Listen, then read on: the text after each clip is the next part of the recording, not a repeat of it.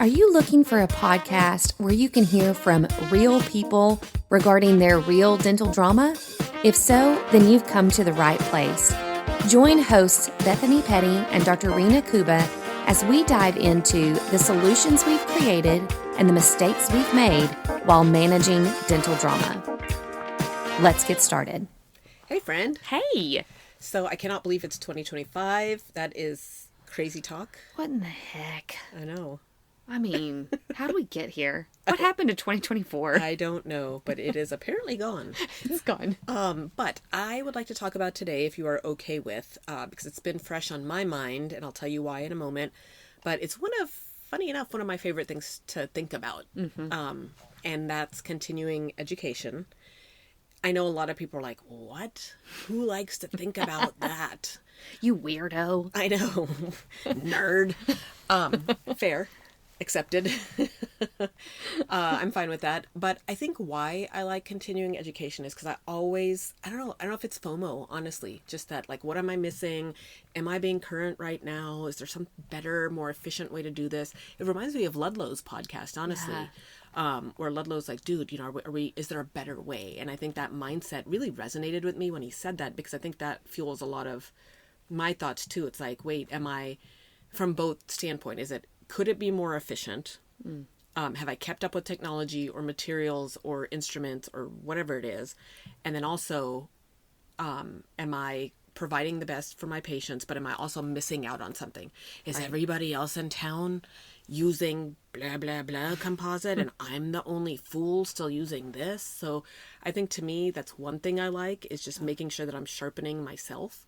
And I think, every year where I get excited and part of me is like, oh, I want to go to this. Oh yeah, I want to go to that. Oh yeah.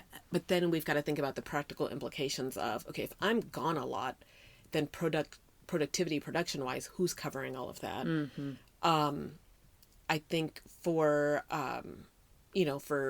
who, and I know I've said this in previous podcasts, but one of the things that I think about is, I like to take people with me. Right. Because I don't remember what was said when I get back. And so I'm like, oh, I was super excited. They had this composite that, they had this slide. Yeah, I took a picture of it, but I got a blurry picture and it doesn't make sense in the you know what I mean? Like, so for me, I do like it. I kind of think of CE and team building kind of together. That way we're all getting the same information and knowledge. We can all come back and figure out how to implement it the easiest way. But financially, how much can we afford to do that? I think the other consideration is always, for a lot of us, it's still like, I still have kind of a revolving door of staff. Like, am I going to invest in them? And I think, yeah, it's worth it. So can we unpack a lot of that today? I think it's timely. Why I wanted to talk about that now is because 2025, and we need to start thinking about our calendars. When are we going to be in and out of the office? What opportunities are there? Are there things that I do want to learn about? How do I start looking into that? Who am I taking with me? All of those things.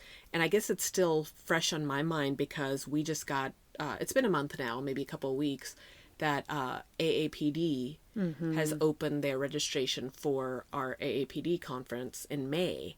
So it's been fresh on my mind. So are you okay with us talking about all of that? Love it. Yeah. And you're right. This is perfect timing, to be perfectly honest, because I would say for listeners that aren't thinking about continuing education yet, you need to. It's like if you wait too long, you might even miss out on some of the deadlines of some upcoming things. So don't wait until May or June to start thinking about it, because then at that point you may have missed some good ones that would be a good fit. You have the most options when you think about it early in the year and can actually plan it. So that's options for literally the class and content of information. The next one is, a lot of times you miss the early bird deadlines. Exactly. And so I think there's some February deadline. If I could be making that up, maybe that was something else. But in my mind, I'm like, ooh, I got to get this done in January so that I'm taking advantage of cost savings if I do want to take more people. And then this is what we've alluded to a lot in previous podcasts, is if you haven't planned ahead, then it is more of a burden on your team. If you're like, okay, now we're going to be out on, June 5th through 10th to go attend conference, blah, blah. Well, the schedule's already filling up for that because Yes. we started filling up June and December for our recare.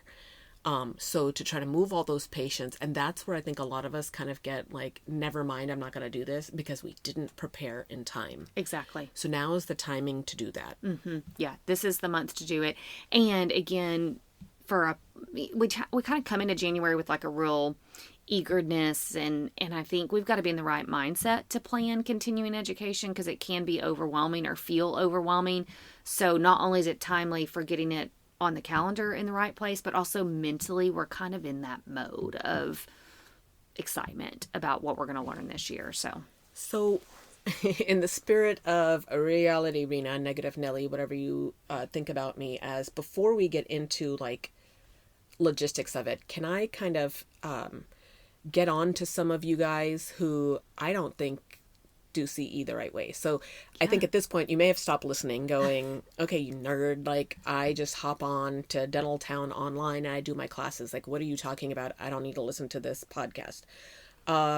If you are still listening, I really can't stand that. I can't stand. Yes, there are some really good courses available on Dental Town and AAPD and ADA. I mean, there are a lot of good ones. But I think if that is all you do is view it as a requirement, I find that so disappointing. I find it disappointing. Like, stretch yourself a little bit and challenge yourself. Broaden your mindset. And I know we've all got a lot going on, but I think if you're literally just thinking it about checking your box of continuing education, you're missing the other benefits of truly going to continuing education, or not just trying to meet requirements. Yeah.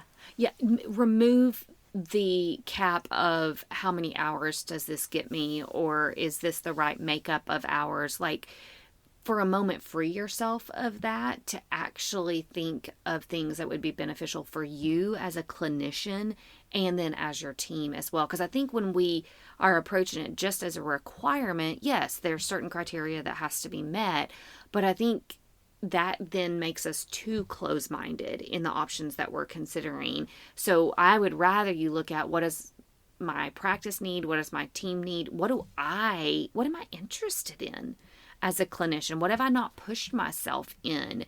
Okay, let me find a category. Let me find a conference that might have this category available. Now, okay, will this also help me achieve my CE requirements? Okay, great. Then that's the one for me. But I think when we flip-flop it, it's just too narrow. And I think it comes from a different mindset of, I think you go into that with a different mindset. If I'm logging on to watch a video, it's just check the box. If I'm investing in taking myself and my team to a conference because I felt like this was what our team needed, our practice needed, you're going to walk into that with a completely different level of sponginess. Your willingness to kind of soak up what you're learning in that, because it's not just your CE requirement. Like, I'll tell you, the other day I got my email that said my HIPAA is going to expire in January something. I'm like, ugh. And did I go through that video very quickly? Yes, I did. Yeah. Because it was a requirement and I didn't think there was anything earth-shattering about it. And,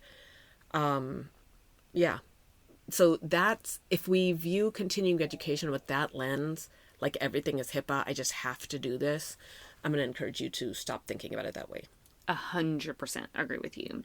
So let's start with, when you're thinking, I know you love this, so when you're starting to think about continuing education for the year, for yourself, for your team, like, what's your starting point? How do you even get going on this subject matter? So I guess to me, I think the reason why I like it, one is everything I just talked about, but two, it's almost like planning a party. It's like planning an event. What can we do that's going to get us out of the office, get us revitalized, and give us that oomph back in.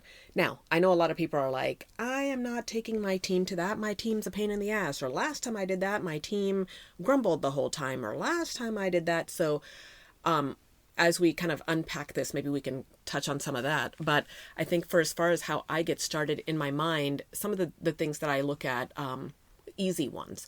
One, I go to like Texas things. Mm-hmm. And so in Texas, we have the Southwest Dental Conference. We have the TDA conference, the Texas Dental Association conference. We've got, I know ADA is going to put on SmileCon somewhere. I'll be honest, I've never been to a SmileCon. I've always kind of wanted to. I just haven't done it yet, but I always like to see where it is. Now, when we talk about where it is, there's a lot of people that go because it's a cool location, but their plan then is to not go to classes and just explore the city and use it as a write-off.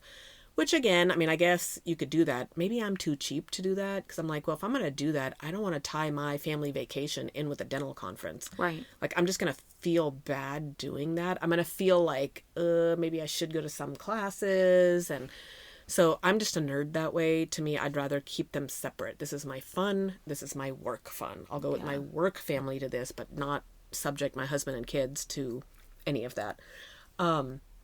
So I look at, some of the local conferences. For me, I've got TAAPD as well. So I'll look at some of that. Then I'm looking at AAPD. I'm looking at, for sedation, ADSA conference. I'm looking at ADOM, which is the office manager, we're members of that. American Academy of Dental Office Managers. Yes. So then they have stuff, the laser conference. So I think for me, where I'm kind of watching for those, because if you check your email, your junk box, you get all of these things about these different organizations having something. For pediatric dentists, we've got our College of Diplomats. So then they're sending stuff. So I think just paying attention to some of those things, or hopping online. We have our Southwest Society of Pediatric Dentistry. And then, so if you're a general dentist, I would imagine you've probably got a lot more than just what pediatric dentists have. Right. And it's a lot more, I think, subject matter wise too. I'm sure implants and Glidewell offer something, and Invisalign offers something. So just kind of looking at all of that, I guess that's how I get started going, okay, what timing of the year looks good. I, again, am a nerd. I like to look at content and see what kind of content. For sure. And then some of the things that'll dissuade me or sway me, whichever way you look at it, is some of that location. Like there was one coming up that's a combo AAPD, American Academy of Orthodontics, AAO combo meeting. The last time I went to that was a couple of years ago in Arizona, and it was phenomenal.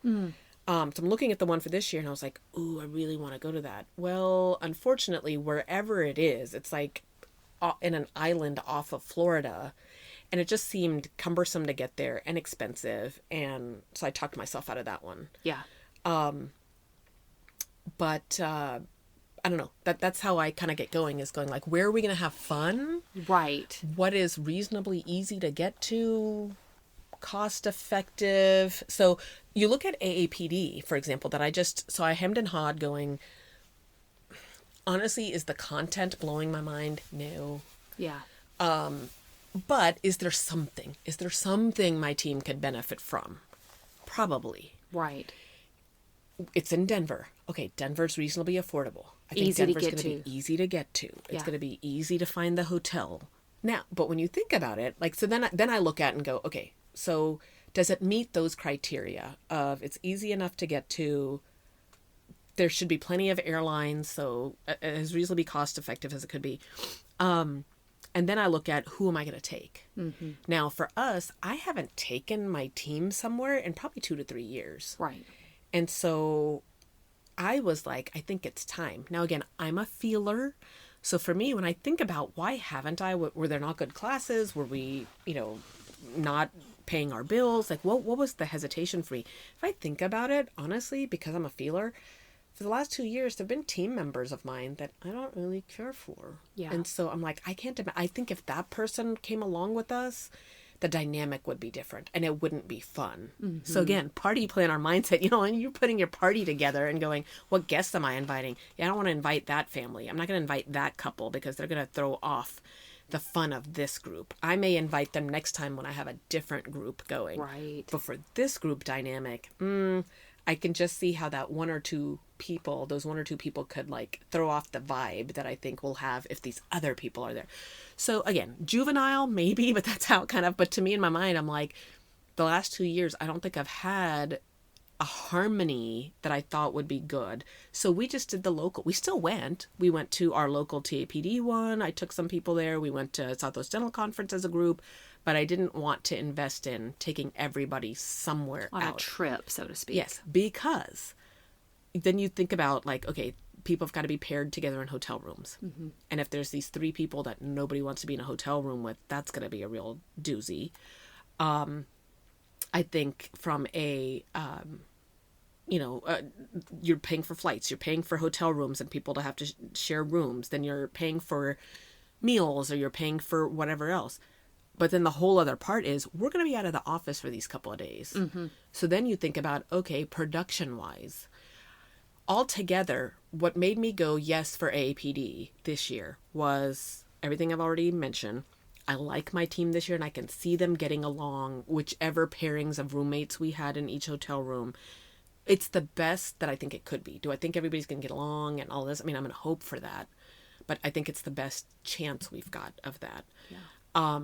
And then it's in May, and May is slow at a time. So production was probably going to be garbage anyway. So I'm not going to miss as much in production.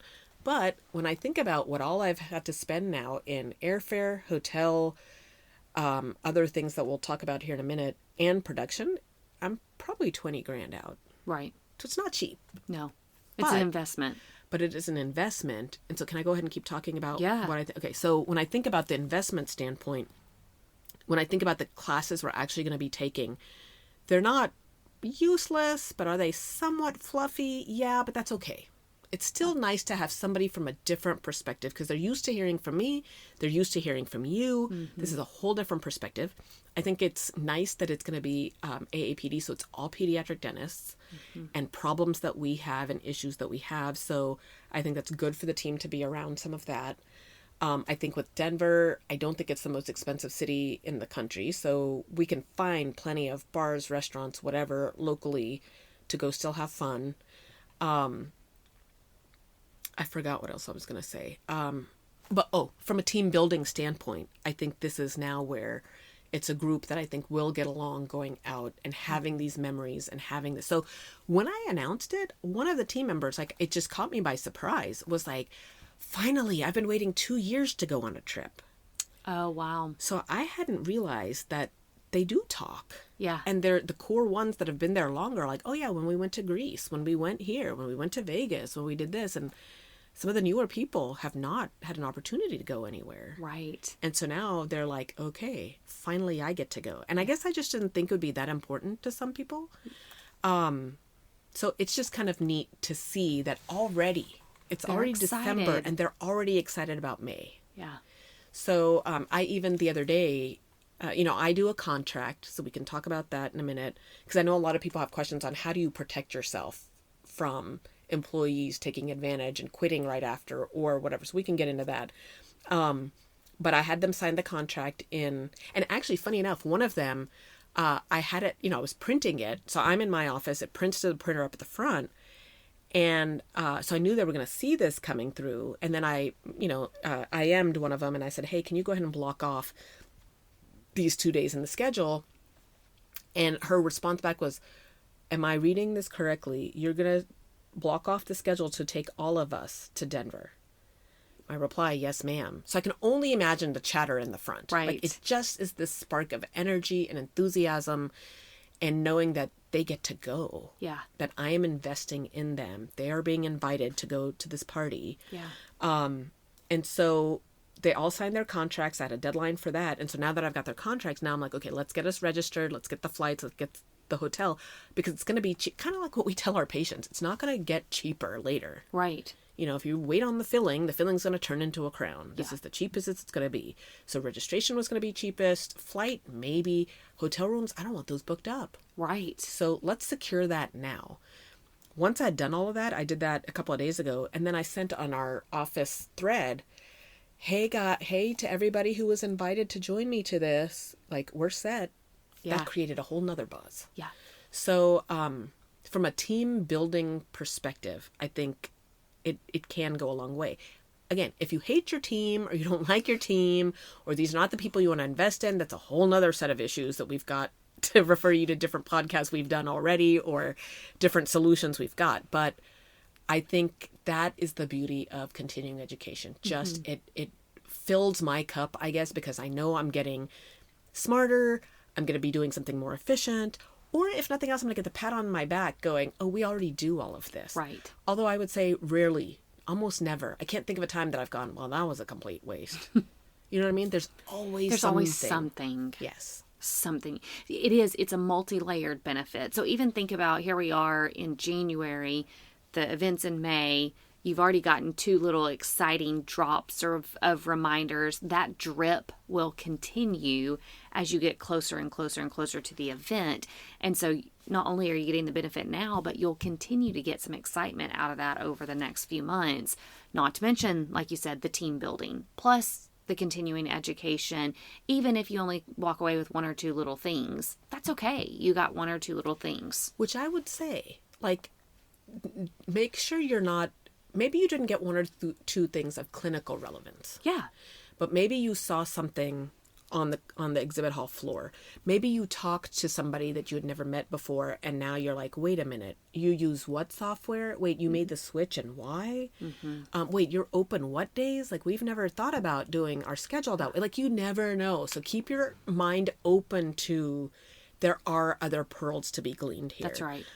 Even down to the class that I'm making us all take. What made me do it for AAPD was, there's a class on, and for those of you who already knew this, more power to you. I felt dumb not knowing this, and I was like, I gotta know more. The class that they're having on Saturday was about sugar toxicity. And when I first read that, I was like, sugar toxicity, okay, boring, cavities, decay, like whatever. Is this going to be another about minimally invasive dentistry? Like, what is this like topic going to be? As I kept reading, it was, the synopsis was fatty liver disease, and many more kids susceptible to fatty liver disease, more now than ever before because of all of our high sugar content things, and the traditional mindset of it being the old drunkard who's having fatty liver. It's not, it's our kids. And that just like, that had not crossed my mind. I hadn't read an article about it. Yeah. I am unfamiliar with this topic. So to me, I'm like, the possibilities that opens up about the conversations we can have with our families. Yeah. When we can put a different spin on it. If we are constantly just going, oh, you can't drink Coke, it's not good for you, you gotta brush your teeth, whatever, gotta limit your sugars. Like, our parents hate those conversations, right? But if we can put in the medical twist to it, I think that does wonders for dentistry altogether. Like, tying dentistry to medical. Yeah. You know, that we've not, historically, have not done a good job as dentists, and we've made ourselves the shoe man at the end of the street, the cobbler, the nail salon, right? But like, more and more push to say, like, why is dentistry not valued the way medicine is? This will do it for our parents if we're like, you know what, yeah, cavities, but you know what, I can fix cavities. What I can't fix is the fatty liver disease you're setting your kid up for. I want to know more. I want to hear this lecture, to learn more, so that I can start quoting these things and having these conversations. And I want my team there, because a lot of times they're the ones who can have these conversations, or they can talk to the kid about, or the teenager about. So one class is what's getting me there. Yeah. And then all the other, like Denver will be fun. There'll be, you know, if the class was in, I don't know, I won't say because I don't want to offend people living in a certain town, but there are certain towns none of us are excited to go to, but everybody's excited to go to Denver. Yes. Yes. And again, even just that one class, if your team walks away more confident talking about health-related issues with patients or with parents, isn't that confidence worth it at that point? So, and if they feel like they're empowered with this knowledge that they didn't have before, and that they're going to start doing different things for their own children. Now, let's assume it's a dud of a class. Let's assume we go in there and I'm like, oh man, I signed up my entire team, 20 grand's worth, hinging on this sugar toxicity class. And what if it ends up being, well, yeah, you know, studies show this, but the results aren't super confirmed, but you know, all this sugar is not good for teeth and you can get cavities. And we're all like, I was hosed by this. So I think that's where I already tell myself going, that's a possibility. The class could be a total dud. Mm-hmm. That's okay. Because there's all these other benefits. Yeah. And I think that's the right mindset. This, whatever you're choosing to invest in, yes, $20,000 is a massive investment. But if we go into it with the right mindset that, hey, if this aspect or this benefit fails, we've got these 4 or 5 other benefits that we're okay with. Or if these 2 or 3 fail, at least we walked away with the team building benefit and the excitement for these next 6 months leading up to the actual event. So you've got to go in with the right mindset. Don't set your expectations so high that you're going to chronically be disappointed. And then also don't wait to make that investment. I know you've alluded to the fact that this last couple years, you've had to be careful with who you invited to which seminar. You were still actively doing continuing education. You were just picking a couple people here and a couple people there. So if you're choosing to finally make the jump and take your whole team, just be careful about the expectations that you set. It is a huge $20,000 investment, but at the same time, there's multi-layered benefits that you're getting out of that. So don't minimize those benefits and maximize the cost. Recognize that you're choosing to put your money there in hopes that you might walk away with one or two of those benefits. And like you said, don't make it 100% clinical. If you walk away with marketing ideas, or you met up with a rep on the floor and you found a new product that you didn't even know you were looking for, and now you're super excited about it because you think your patient base will love that. Those are side benefits that you weren't even expecting. And so go in looking, if the classes are disappointing to you, go in looking for people that you can meet or talk to, even if you don't buy anything out on the floor. Did you glean something? Did you learn something from that rep because they're an expert in XYZ? Great. And it could even be down to the level of like, you know what, I keep getting ads for, this software called Sunshine, and I've been wondering if that's really worth me switching from. Mm-hmm. And okay, good. They were there. I got to do a demo. Oh, wait a minute. That's what I don't like about Sunshine. You know what I mean? It could very well be like, dude, this is exactly what I wanted. I didn't even know I wanted this in a software. I can't believe this has everything I need. I can actually get rid of these two companies and do everything through this one. Or it could affirm that you don't need to be doing that. Either way, it's good information to have. If you don't, do you have anything else to add at this point? Well, one thing I would just say is you don't always have to limit it to just dental as well. So it's fun. I mean, there's a gajillion and two options in dental, just as it is. We've talked about some of the big conferences. There's conferences that occur all over the nation.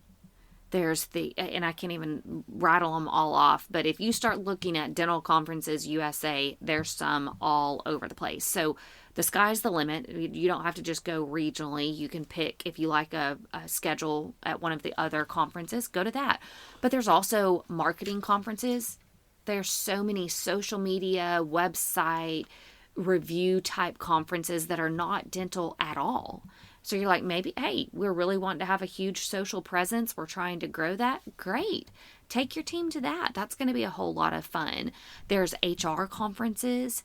There's team building conferences. There's communication conferences. So there's dental insurance conferences.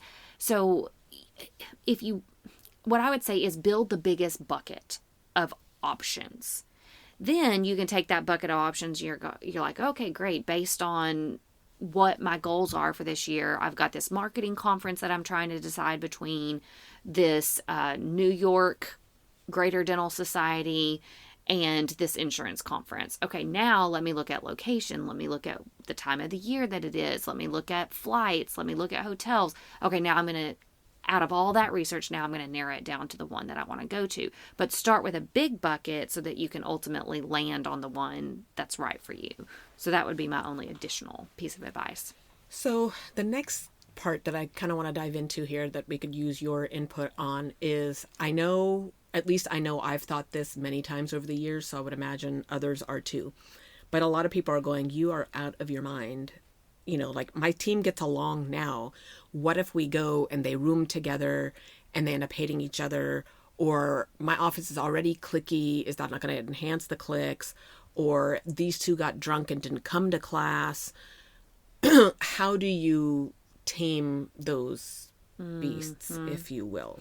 So lots of little content that we'll throw out here. Some, I will say, we're going to be extra rude here, and some of the content is going to actually be in our subscription. So we're going to talk about a whole travel contract and how to utilize that contract to protect yourself from some of these situations. So if you want that content, go subscribe. So sorry for you, but we will give some content here on expectations. So we really do need to set expectations on the fact that they do have to attend class.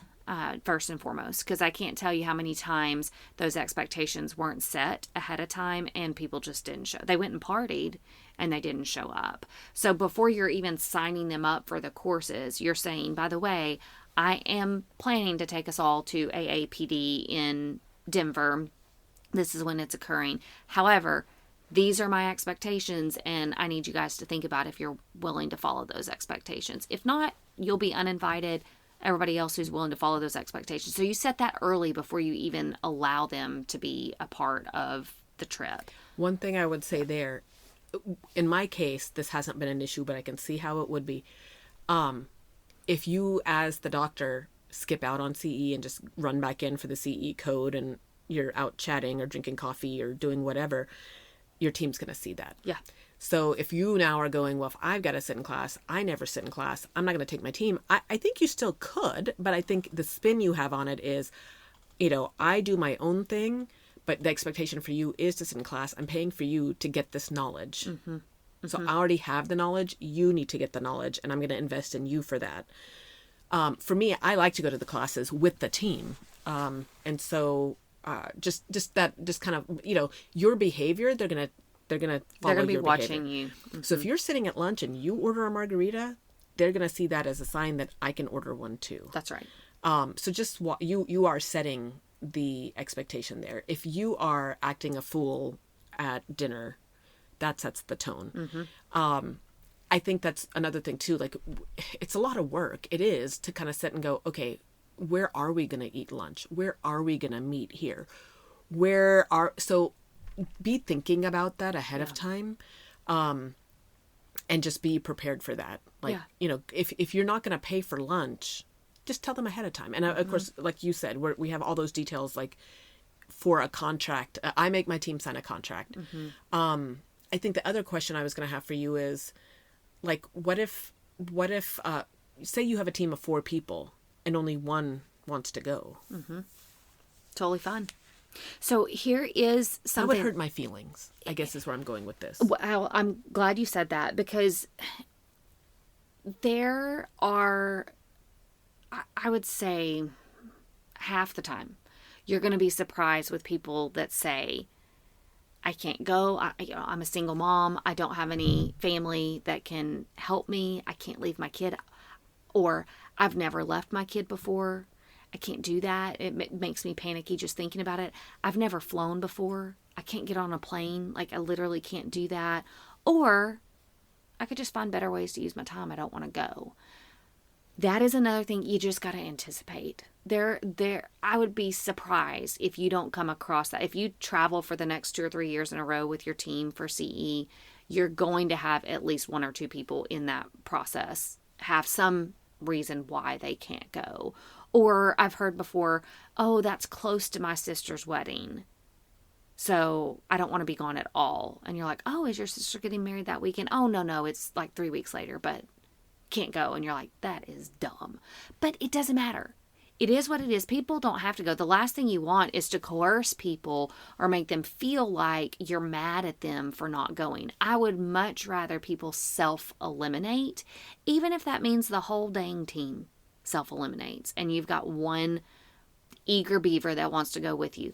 Fantastic. Take that eager beaver with you. Y'all live it up, have a fantastic time, learn a lot, and then get back and live life. Now, if it's coming out of a place of disrespect, like your team just doesn't respect you at all, and they're like, screw you and your CE trip, like, I would never go somewhere with you, that veers into more of a culture problem that we've, like we said, we've got a lot of podcasts on that you can go and listen to. But for the most part, normally there might be one person or 2 people that just can't make it work logistically, and that's okay. I would say, thinking back, when I was an associate, and it was, I think, our local TDA meeting. And so local meaning, like, we're in Dallas, it's in San Antonio. And my boss at the time, whoever wanted to go on the trip, went. And I want to say half the office went. And there were 2 ladies that were kind of, in my mind, kind of the older mother hens of the practice, whatever. Well, one of them was the AR person who intimidated the crap out of me. Like, yeah. I just, like, I had only been there, I don't know, less than a year, I guess. And I had gotten very close with the assistants, obviously, because they were with me chairside and all of that. But everybody else in the office, I was very, cautious around. And so anyway, we're in San Antonio, and one of them was like, oh, let's go to happy hour here. And I almost didn't go because I was like, I don't know these people, whatever. And I was like, no, you need to try to assimilate and all of that. And I tell you, it ended up being me and two others. Again, one of them that I never would have, she would have intimidated me throughout. We got to know each other. We are very different people, very different walks of life, very different opinions on everything from politics to you name it. But we had so much fun. Wow. Fast forward to when I decided to start my own for whatever reasons, I would still, and actually even while I was still an associate there, the three of us every quarter would go out to dinner. Oh. And those two, because it was a smaller city and town, they're like, well, you're in Dallas. And I was like, well, yeah, have y'all ever had Indian food? Have you ever had Mediterranean food? Have you ever had Thai food? And they're like, we actually haven't. They would come down, we'd try a different cuisine and all of that. So then fast forward to when I started my own, I would reach out to the AR lady, who I never would have gotten close to had it not been for that trip. Trip. And anyway, long story short, she's my AR person now. And she's been with me now for 8 years, but I wouldn't have, we would not be friends if not for, like, we have nothing in common. Yes.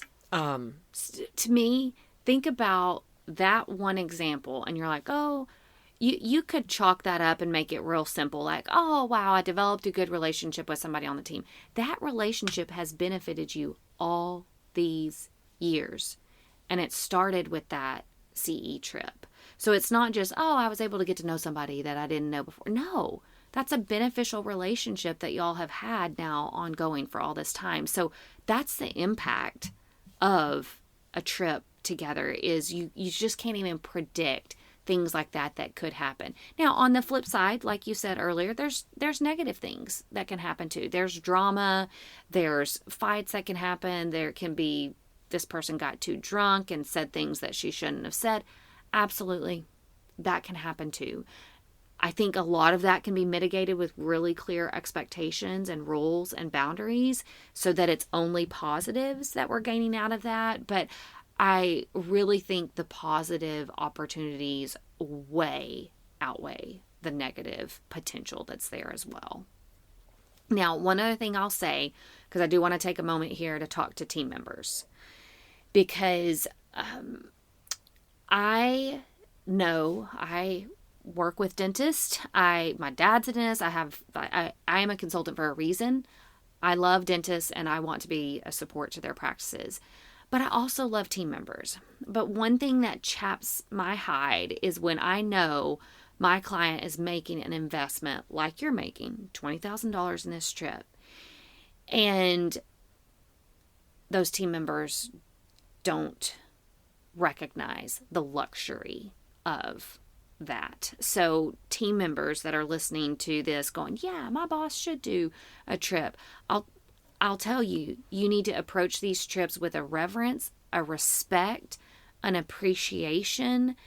They are making an investment in you becoming a better professional, a better person. They're making an investment in you connecting with your team members or connecting with other team members across the nation in this moment or in this opportunity.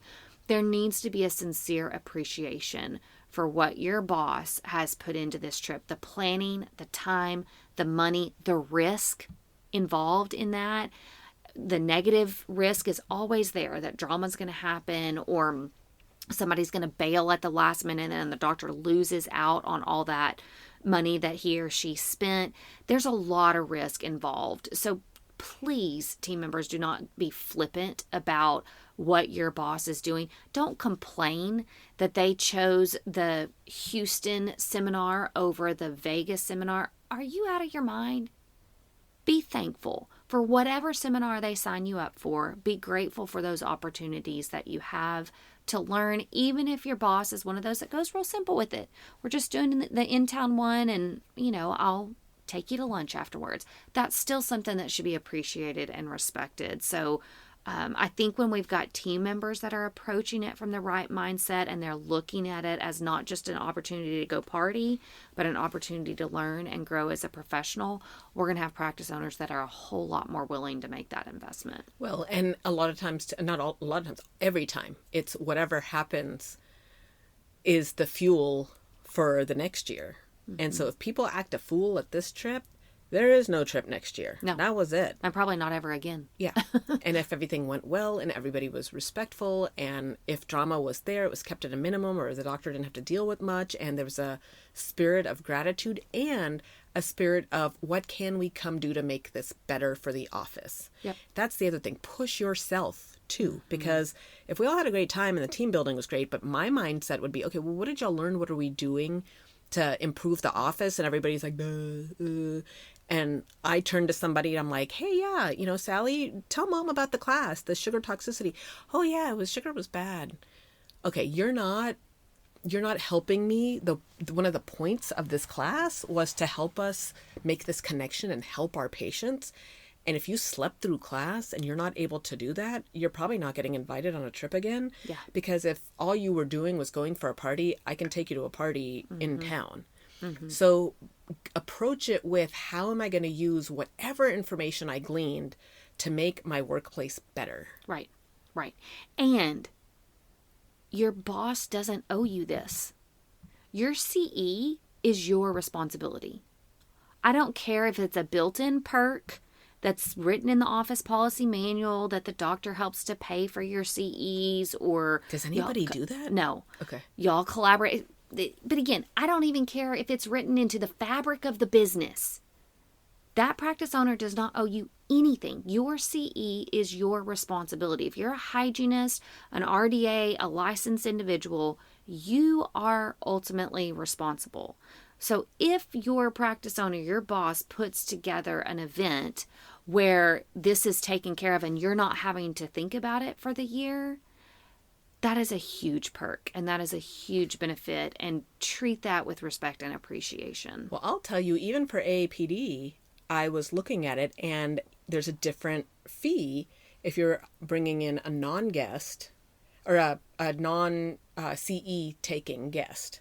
So there's one registration fee for that and there's a whole nother one that's like 4 times the amount for somebody who's going to take CE. I was going to pay that for, for the 2 front desk girls that aren't involved, they don't have a license, they don't have CE requirements. So I was going to sign them up as guests, but the other 6 that I'm taking, 5, whatever it is, I was going to pay so that they could get CE. And the only reason I didn't do that is it was a pain in the ass to register them. And I couldn't figure out how to do it easily. So I was like, never mind. So I actually need to go back and tell them, you're not getting CE credit for this. Yeah. So that's not part of, but you're still expected to go to class. Right. So anyway, all of that, it's like just being clear at the forefront, but they should still be appreciative that somebody's paying for their flight to Denver. Yeah. Even if the doc picks the 6 a.m. flight. Yeah. As a business, that's what I should be doing. Yeah. Yeah, be grateful and make sure that if you hear grumbling on your team from other team members, that you stop that and you remind them to be grateful. That we have a boss that's willing to invest in us, that's willing to trust us enough with this investment. So I really want to make sure that team members, you're treating this the way that you should.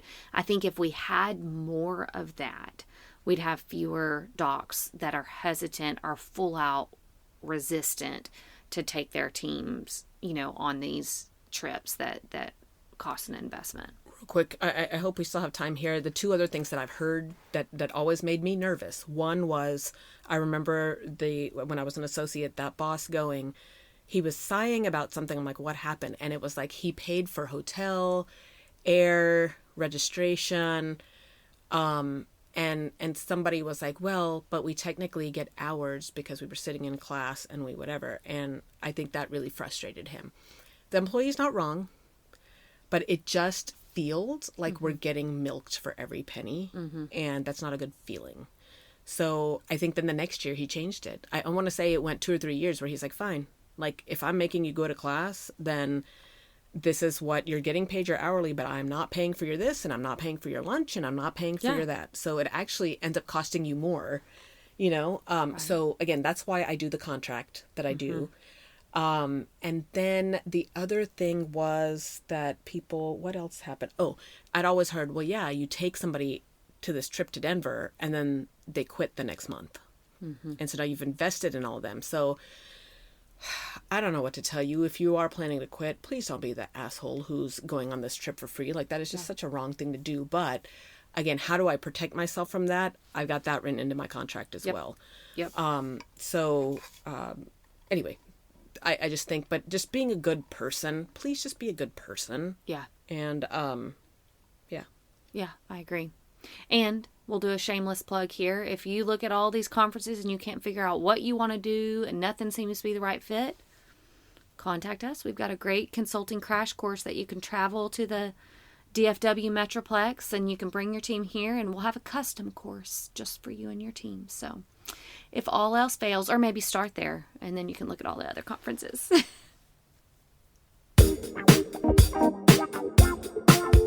Okay, Bethany, I gotta tell you about a conversation I had the other day that I thought was so funny. So I'm talking to a colleague of mine who I think is super smart, and he's having some questions about what's his next move in his professional career moves. And I said something like, do you have somebody helping you? And he knows that I work with you. And so he knew I was alluding to you. And he said, no. And so I said, well, have you ever thought about it? And he's like, maybe I will, and I'll hire somebody. And, once I kind of figure out like all the things that they know and I master that, then I don't think I would continue with the consultant.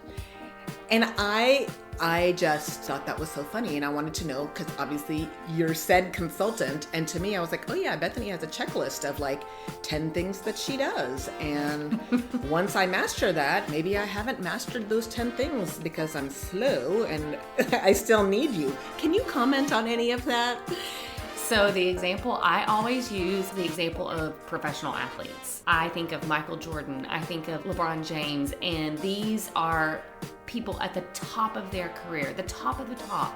And yet they still have coaches. I'm glad to hear you say that. This is where you and I have worked together long enough, because that's exactly what I said to him. And I said, oh, okay, so LeBron doesn't have any more coaches, right? Because he's already won so many championships. He's already learned all the things that all the coaches can help him with. He just looked at me. But I tell you, for such a smart guy, this was such a dumb comment. Like, it's just laughable. And I don't understand why more dentists don't take advantage of coaching and consulting. It's laughable. I'm so glad you're here and you do what you do, and you are worth every penny. And please tell me you have space next year for more of your consulting courses. We do.